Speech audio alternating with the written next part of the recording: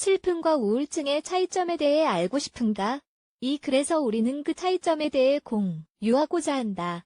슬픔은 우울증보다 한 발 멀리 있다. 직장에서 끔찍한 하루를 보냈거나 폭풍 후에 옷이 다 젖었거나 응원하는 팀이 챔피언십 결승에서 패배했을 때 우리는 우울해라는 표현을 사용할 수 있다.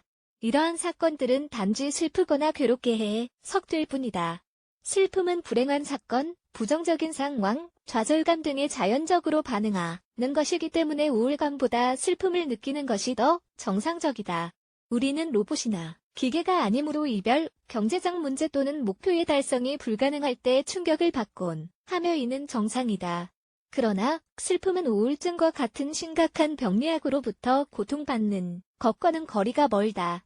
시간이 지남에 따라 완전히 사라지거나 문제의 해결책을 찾으면 슬픈 감정은 완전히 사라진다. 어떤 것이 슬픔을 해방했는지에 대한 중대함이나 중요, 성과는 아무런 상관이 없다.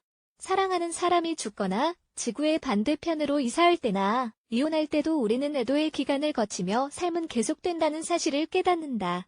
우리는 이 경우 우울증에 대해서 언급하고 있는 것이 아니라 그저 나쁜 상황에 대한 정상적인 반응에 대해 말하고 있다. 우리는 감정을 가진 인간이며 그 상황이 우리 안에 깊은 인상을 남겼기 때문에 고통을 겪게 된다. 우리가 느끼는 슬픔은 아마도 냉담함, 불면증 또는 두통과 같은 다른 증상들을 동반할 수도 있다. 그러나 이 증상들은 모두 우울증과는 거리가 멀다. 그렇다면 슬픔은 무엇일까? 명확하게 말하자면 슬픔은 자연적인 감정 상태이며 특정 사건이나 상황에 대한 반응이다. 예를 들어 우리가 실망한 사건이나 인생이 우리를 매우 고통스러운 상황으로 인도할 때 또는 우리 주변에 고통받는 사람들이 있을 때 말이다. 우울증은 무엇일까? 이제 우울증의 특징에 대해서 알아보자. 먼저 우울증이 정신질환이며 기분장애라는 의학적 정의부터 시작해 보자. 이 질환은 환자에게 나타나는 증상에 따라 다르게 분류된다. 우울증이 나타나는 시간은 몇 주에서 몇 년에 이르기까지 매우 다를 수 있다. 이를 앓는 사람들은 전문적인 도움이 필요하다.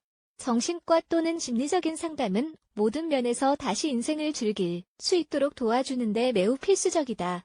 우울증으로 진단받으려면 이러한 증상 중 5가지 이상을 경험해야 한다. 하지만 물론 의사와 상담하는 것이 가장 정확하다. 부분의 시간 동안 짜증이 난다.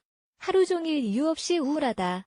일상생활에서의 즐거움 및 흥미가 상실되거나 감소한다. 특히 그들은 과거의 행복에 집착한다. 체중 또는 식욕의 변화가 나타나 잠에 들지 못하거나 너무 오랫동안 잠을 자지 못한다.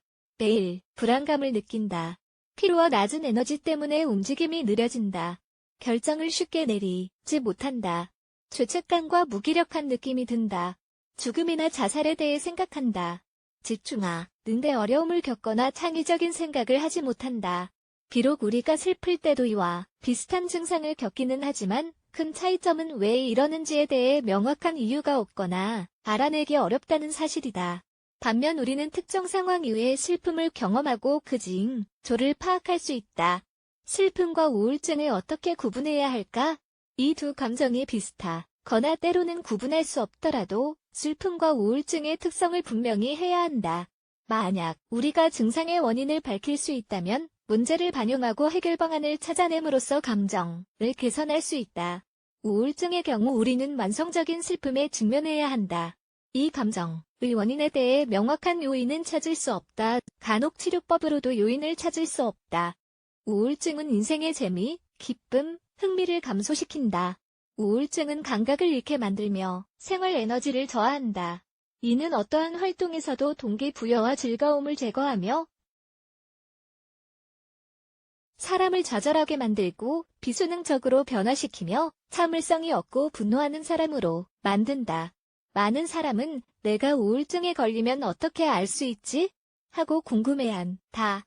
기본적으로 이 병리학에 관해서 이야기하기 위해서는 첫 증상이 나타나기까지 오랜 시간이 소요되었을 것이다. 이 말인즉슨 우리에게 정서적 장애가 있다는 사실을 곧바로 깨닫지 못하게 됨을 의미한다.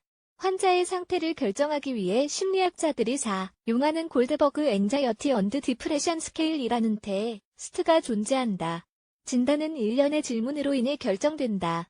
또한 스스로 시행하는지 디프레션 스케일로 알려진 테스트를 선택할 수도 있다. 이 테스트는 더 깊은 주제를 파고들 수 있게 도와준다. 세계 인구의 5%, 주로 여성에게 영향을 미치는 질병인 우울증을 간과해서는 안 된다. 자살을 시도하거나 심지어 자살을 시도하지 않은 경우에도 환자와 그 주변 사람들에게는 악몽이 될 수 있다.